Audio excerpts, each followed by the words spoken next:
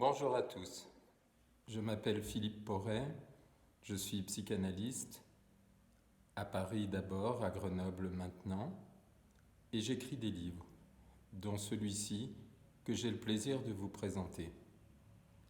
Il s'appelle Au fil de soi, René Char, Roberto Juarros, Pierre Soulages et Akira Mitsubayashi. Un petit mot d'explication. D'où est-il parti ? Quand j'étais plus jeune, un jour j'ai rencontré Jean-Bertrand Pantalis. Et je lui ai posé la question, au fond, qu'est-ce que c'est écrire ? À quelles conditions peut-on écrire ?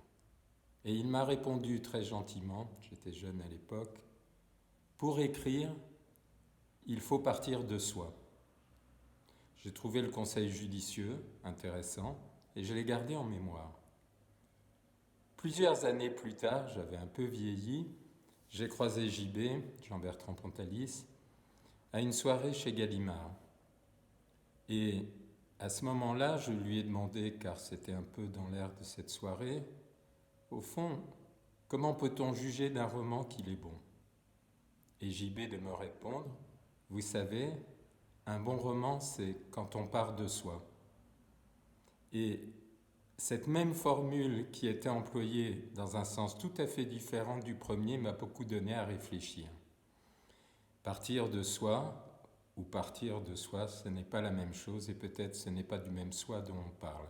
Et c'est justement de soi que mon livre se propose de partir.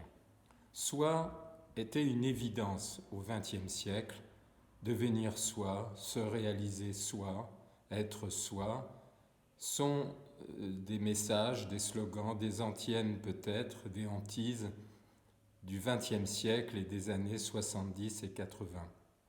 Et il m'a semblé qu'il n'était peut-être pas vain de reprendre cette question de soi à l'aune de ce début du XXIe siècle qui voit se déconstruire beaucoup d'évidences, de mots, de concepts, qu'il s'agisse des races, du sexe, du genre, des communautés identitaires, bref, tout cela reconsidérant l'idée même d'une identité ou la complexifiant.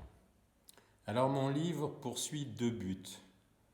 Le premier, qui est d'éclaircir, de reprendre ces usages de soi et de s'interroger à la lumière de la philosophie, de la psychanalyse et de l'art, de quoi il s'agit quand on emploie ce petit mot de 3 lettres, si puissant, si évocateur, si porteur de rêve. Ce sera donc le premier objectif de mon livre.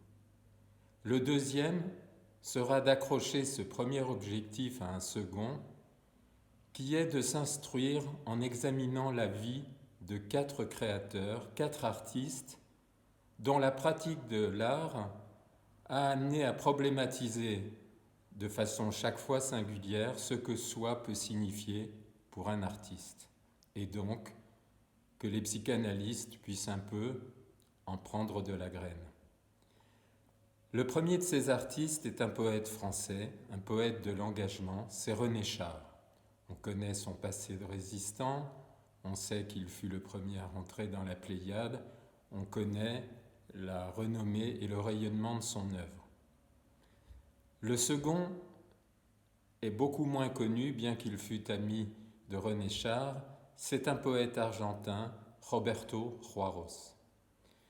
Ce poète a inscrit son œuvre poétique dans l'approche de ce que fut l'épreuve de la solitude quand il était enfant, puis jeune homme, et qui l'a amené à beaucoup considérer du fait de la solitude la nécessité de trouver une compagnie à l'intérieur de lui-même, en une sorte d'altérité intime. Et donc, ces poèmes portent la trace de cette expérience, non pas de ce que disait Rimbaud, « je est un autre », mais plutôt à l'intérieur de moi-même, il y a un processus qui se rappelle à moi et qui me tient compagnie au-delà même de ce que je pourrais en dire et qui me fait dire ce que j'écris quand je suis poète. Le troisième de ces créateurs n'est pas un poète, bien qu'il ait beaucoup aimé la poésie, il est d'ailleurs toujours vivant. C'est un peintre et un plasticien, j'ai nommé Pierre Soulages. Pierre Soulages, la vie du petit Pierre Soulages a été marquée très tôt par un drame, la perte de son père quand l'enfant avait 6 ans. Il sera donc très tôt confronté aux questions différentes mais associées de la perte, de l'absence et de la création de ce qui n'est pas, mais qu'une création peut faire advenir.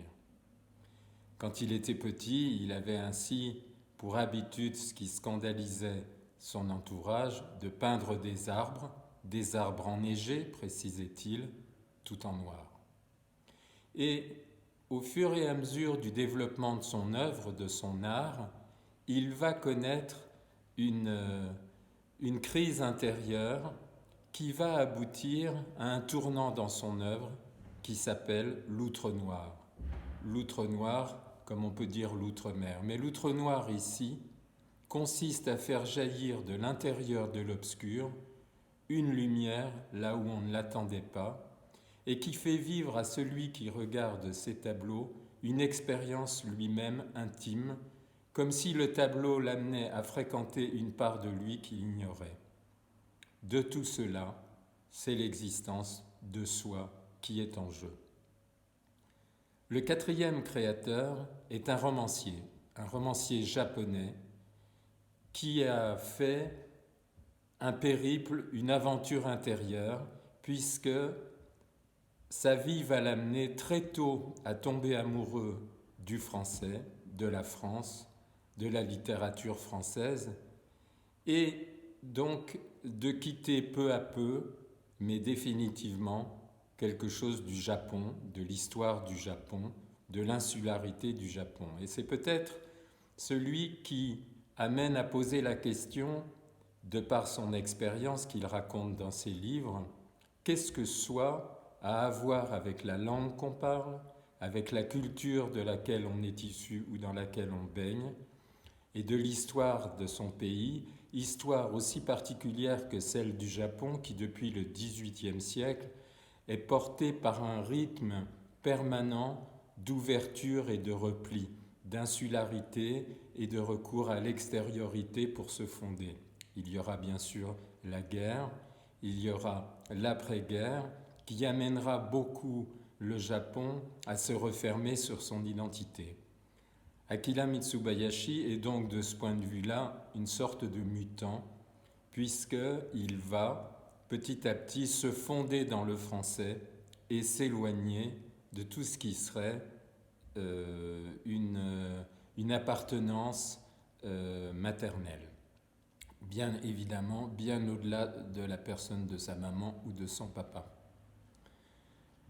Après ce tour de présentation des 4 chapitres, il m'a semblé utile de reprendre dans une partie suivante ce que la psychanalyse en avait dit de la question de soi, d'abord parce qu'il existe plusieurs topiques freudiennes, donc cartographie de l'appareil psychique, il y en a 2 chez Freud, la première conscient, préconscient, inconscient, la deuxième moi, ça, sur moi, mais comme vous l'entendez, rien du soi. Le soi sera plutôt porté par Winnicott et les anglo-saxons qui en feront self, puis malheureusement qui le substantifieront, ce que je m'interdis dans ce livre, le self, ce qui du coup ramène à un état ce qui en fait est plutôt de l'ordre d'un passage, d'une destination provisoire, de quelque chose qui sans cesse se poursuit et nous rattrape là où on ne le savait pas.